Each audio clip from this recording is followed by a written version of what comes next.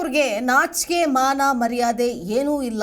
ಕಾಲೇಜ್ನಲ್ಲಿ ಚುಚ್ಚಿ ಕೊಲ್ತಾನೆ ಅಂತಹ ಒಂದು ಆರೋಪಿಯ ಮೇಲೆ ಸಾಫ್ಟ್ ಕಾರ್ನರ್ ಇದೆಯಾ ಇವ್ರಿಗೆ?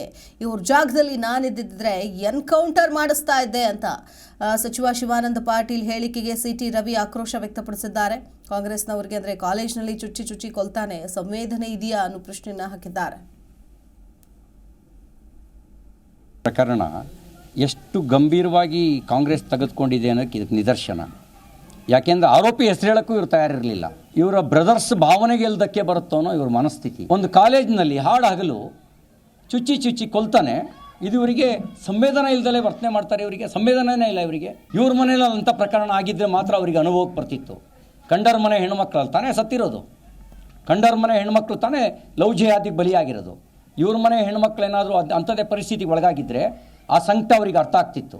ಅವ್ರ ತಂದೆಯ ಸಂಕಟನೂ ಇವರಿಗೆ ಅರ್ಥ ಆಗಿಲ್ಲ. ಇವರಿಗೆ ಒಂದು ಹಾಡು ಹಗಲಲ್ಲಿ ಕಾಲೇಜಿನಲ್ಲಿ ಕಾಲೇಜ್ ಆವರಣದಲ್ಲಿ ಕಾದು ಕುಳಿತು ಹೊಂಚು ಹಾಕಿ ಕೊಲ್ತಾನೆ, ಆಕಸ್ಮಿಕ ಪ್ರಕರಣ ಅಂತಾರೆ. ನಾಚಿಕೆ ಮಾನ ಮರ್ಯಾದೆ ಇಲ್ಲ ಇವರಿಗೆ. ಹೇಡಿಗಳು ಅವರು. ಅವ್ರ ಜಾಗದಲ್ಲಿ ನಾನೇ ಇದ್ದರೆ ಎನ್ಕೌಂಟ್ರ್ ಮಾಡಿ ತೋರಿಸ್ತಾ ಇದ್ದೆ. ಅವರಿಗೆ ಡ್ಯಾಮೇಜ್ ಕಂಟ್ರೋಲ್ ಮಾಡ್ತಿರೋದು ಈಗ ಯಾವಾಗೆಲ್ಲ ಜನ ಉಗಿಯೋಕ್ಕೆ ಶುರುವಾದ್ರಲ್ಲ ಕ್ಯಾಕುರ್ಸಿ, ಅದಕ್ಕೆ ಡ್ಯಾಮೇಜ್ ಕಂಟ್ರೋಲ್ ಮಾಡ್ತಿರೋದು. ಈಗ ಡ್ಯಾಮೇಜ್ ಕಂಟ್ರೋಲ್ ಸ್ಟೇಟ್ಮೆಂಟು. ಸಂವೇದನೆ ಇಲ್ಲ ಅವರಿಗೆ. ಸಂವೇದನೆ ಇದ್ದಿದ್ದರೆ ಈ ಥರದ ಹೇಳಿಕೆಗಳು ಕೊಡ್ತಿರಲಿಲ್ಲ. ನ್ಯಾ ಹಿರೇಮಠ ಪ್ರಕರಣ ಎಷ್ಟು ಗಂಭೀರವಾಗಿ. ಜಿ ಕನ್ನಡ ನ್ಯೂಸ್ ಈಗ ನಿಮ್ಮ ಮನೆಯಲ್ಲೇ ನೋಡಿ. ಎಲ್ಲ ಕೇಬಲ್ಗಳಲ್ಲಿ ಈಗ ಲಭ್ಯ.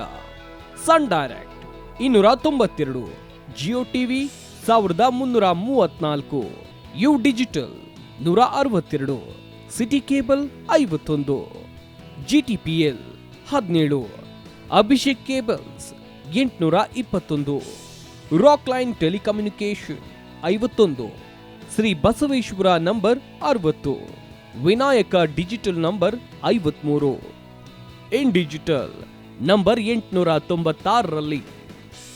ನಿಮ್ಮಿಸ್ತದ ಜಿ ಕನ್ನಡ ನ್ಯೂಸ್ ನೋಡಿ ಆನಂದಿಸಿ.